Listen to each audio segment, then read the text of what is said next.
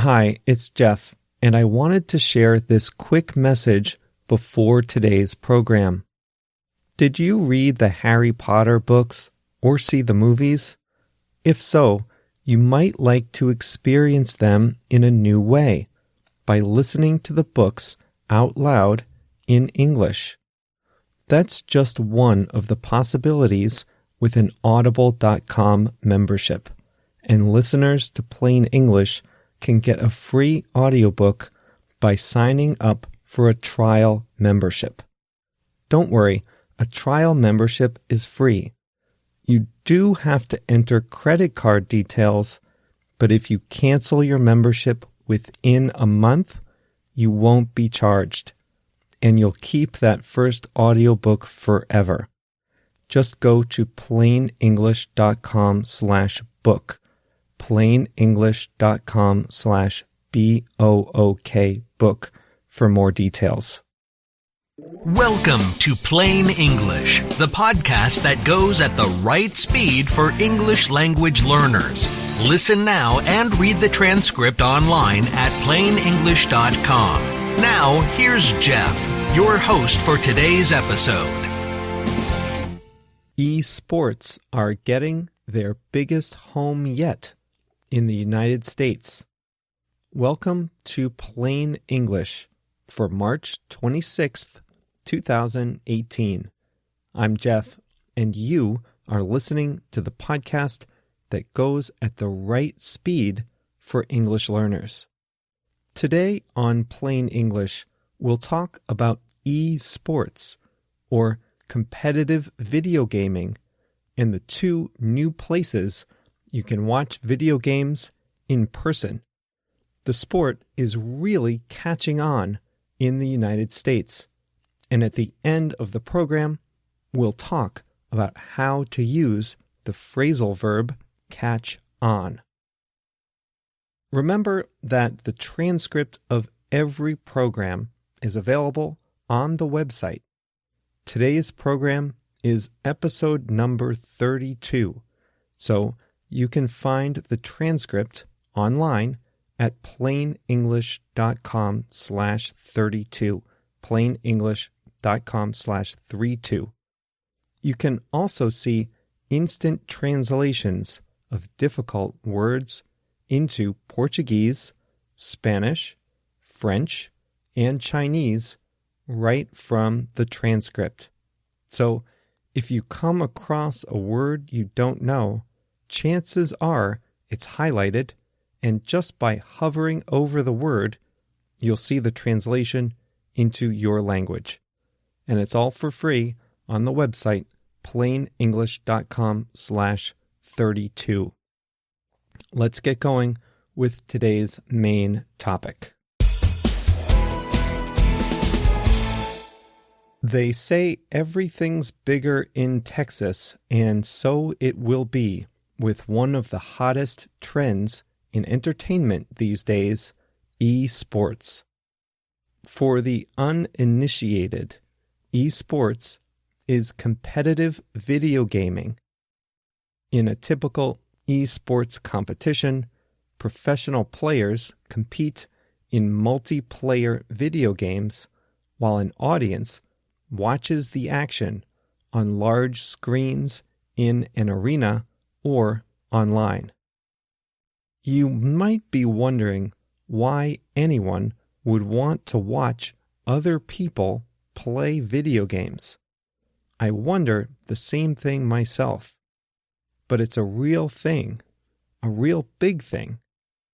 Over 360 million people watched a single League of Legends tournament in 2017.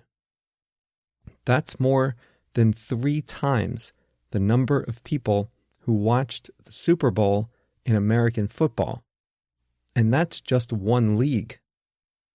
In fact, one global survey found that eSports was the least popular form of entertainment among the options listed, but that it was the most popular among American males between the ages of 18 and 25. In that group, 22% said they had watched competitive video gaming, more than had watched traditional sports. You won't be surprised that interest in this sport skews male. One estimate says 85% of eSports viewers are male. And it's not just Americans who are interested. In fact, South Korea has been the leader in this form of entertainment. Video games are a social activity in Korea, and professional competition has long been broadcast on television and has featured major prizes. Many of the world's best players, coaches, and game developers come from South Korea. It's so popular that the government is concerned about video game addiction and has instituted public awareness campaigns and clinics to help people who are addicted to their screens. Still, South Korea was the leader in developing competitive video gaming as an industry, sponsoring the first eSports stadium in 2005. China also has a well-developed eSports industry.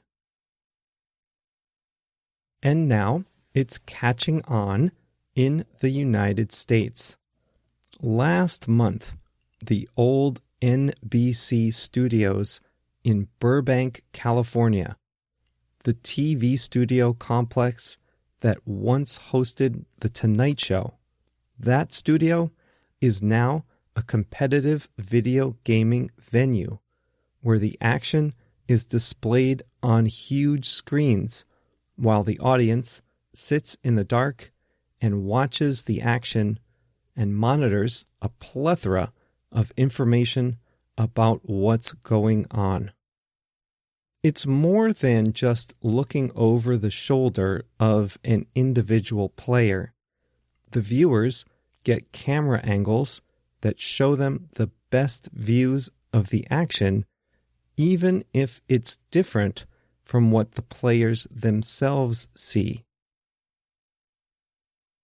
Now it's coming to Texas. The city of Arlington, Texas, which is just outside of Dallas, announced it will convert its convention center into a 1,000-seat competitive video gaming arena, the largest in the United States. According to the city's Visitors Bureau, it will be the most technologically advanced eSports venue in the world. The venue will also include a broadcast studio, VIP hospitality suites, and social spaces for spectators to hang out. The city is betting that the eSports industry will continue to develop and grow in the United States. Probably a safe bet considering how popular it was among Americans under 25 years old.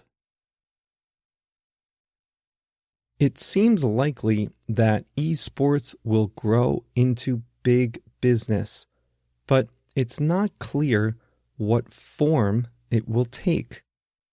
Some people think it will resemble traditional sports leagues, with individual teams representing different cities competing against each other in a circuit. That's what Blizzard, the video game company that set up an arena in the old NBC Studios, thinks. They already have teams representing different cities like San Francisco and Los Angeles, kind of like how soccer and basketball are organized around the world. Others think the sport will develop more independently and more fluidly, with individual teams forming and competing in one-time tournaments or series of tournaments. This model would look more like boxing or golf. I have never watched competitive video gaming, and I didn't really play video games as a kid, so I don't quite see the appeal. But there are thousands of you in the Plain English audience, and I'm sure some of you are into eSports. So if you are, I want you to tell me why you like eSports, how you watch them, and if you've ever been to a live tournament. Email me your answer to Jeff, Jeff, at plainenglish.com, or find me on Facebook or Twitter at Plain English Pod. I want to send a special thank you to 2 listeners from Germany. First, Martina, who said she has spent all her holidays since 2014 visiting English-speaking places around the world and is planning a new trip to Australia at the end of April. That's so exciting to be able to travel and use your new language that way. That's exactly what I've done with Spanish. My other new correspondent from Germany is Timo, who is also going to Australia and wrote in to say he listens to Plain English on his commute. So thank you to Timo and Martina for listening. Maybe you'll run into each other in Australia. Who knows? Today, we're going to focus on the phrasal verb catch on. Competitive video gaming is catching on in the United States. It's becoming popular. eSports caught on in South Korea years ago. They built their first eSports arena in 2005. I'm not sure why it took so long to catch on in the United States. In some ways, competitive video gaming reminds me of professional poker. In the early 2000s, people here in the United States were crazy for poker. I'm not sure what caused poker to catch on here, but it was popular to play in person and online. You could even watch poker tournaments on television. Did that trend ever catch on in your country? Was poker ever that popular where you live? Even though poker caught on quickly, even though it became popular quickly, it didn't stay popular for long. I wonder if the same thing will happen with eSports. The other way you can use catch on is to say someone is starting to understand something. When I started researching this episode, I had no idea why people would watch video games played by other people. But after a few minutes, I started to catch on. I started to understand. The games are shown from a variety of camera angles, just like regular sports. And the participants can often play those same games at home. Also, kind of like more traditional sports like soccer. If you were a skeptic at first, are you starting to catch on now too? Are you starting to see why it's popular? So remember, if something catches on, it means it becomes popular. But when a person catches on to something, it means that person is beginning to understand. That's it for today's episode. I send out an email every Monday and Thursday morning with a summary of the new Plain English episode and links to 1 or 2 articles that I used to prepare the show. So, if anything really catches your interest and you want to read more about a particular topic in English, you can just follow that link for more. I also put an explanation of one more word or phrase in each episode. If you want to get these additional resources, head over to plainenglish.com/mail, plainenglish.com/mail, mail, and sign up. Thanks again for listening. We'll be back on Thursday with another episode. See you then.